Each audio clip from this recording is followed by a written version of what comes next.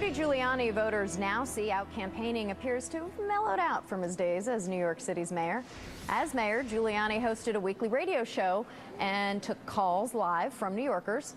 The New York Times has been reviewing old tapes found, about 55 hours worth, I think, and they found differences between Giuliani, the mayor, and Giuliani, the Republican presidential candidate.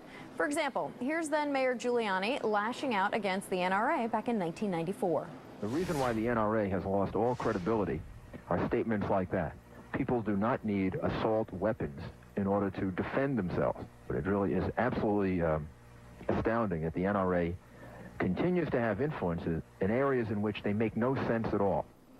Let's bring in the host of the Brian Lehrer Show on WNYC Public Radio. Brian's been covering New York politics for more than 15 years and has himself witnessed the evolution of Rudy Giuliani.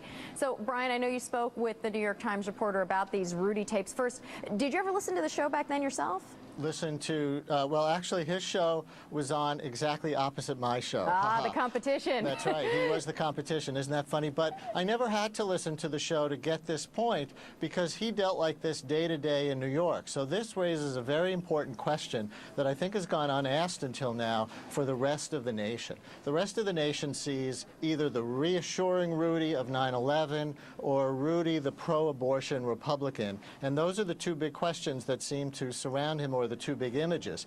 This is how Rudy governed day to day. This is how he talked to people who disagreed with him. When like you say this, be a little more specific. When you say this, tell me exactly what you mean. On that clip, we heard Rudy say that the NRA people had no credibility, that they were out of control. This is the kind of language that he used all the time against people. He told people to see psychiatrists.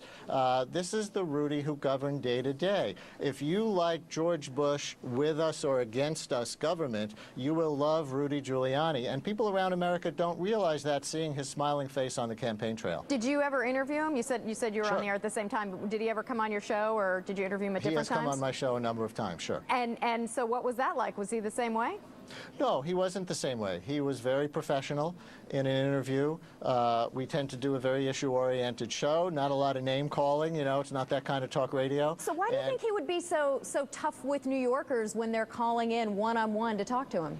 I think that this was Rudy unleashed, and I think that that's very reflective of the way he views friends and enemies. He was an enemies list kind of guy, you know, so the way Cheney and Rumsfeld ran foreign policy is very much the way Rudy is likely to run all kinds of policy. For those outside of New York who are now seeing Mr. Giuliani on a national level, then, do you believe that they're not seeing what they'll necessarily get if they were to put him in the White House? I think they're seeing some of what they will necessarily get.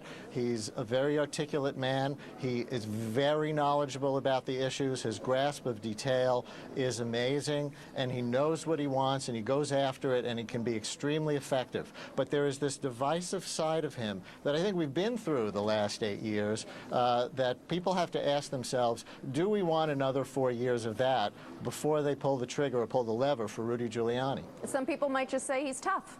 They might just say he's tough, and they might find this an attractive aspect of him. That's the decision. I gather you don't, Brian, but that's for another segment. Brian Lehrer, thanks a lot.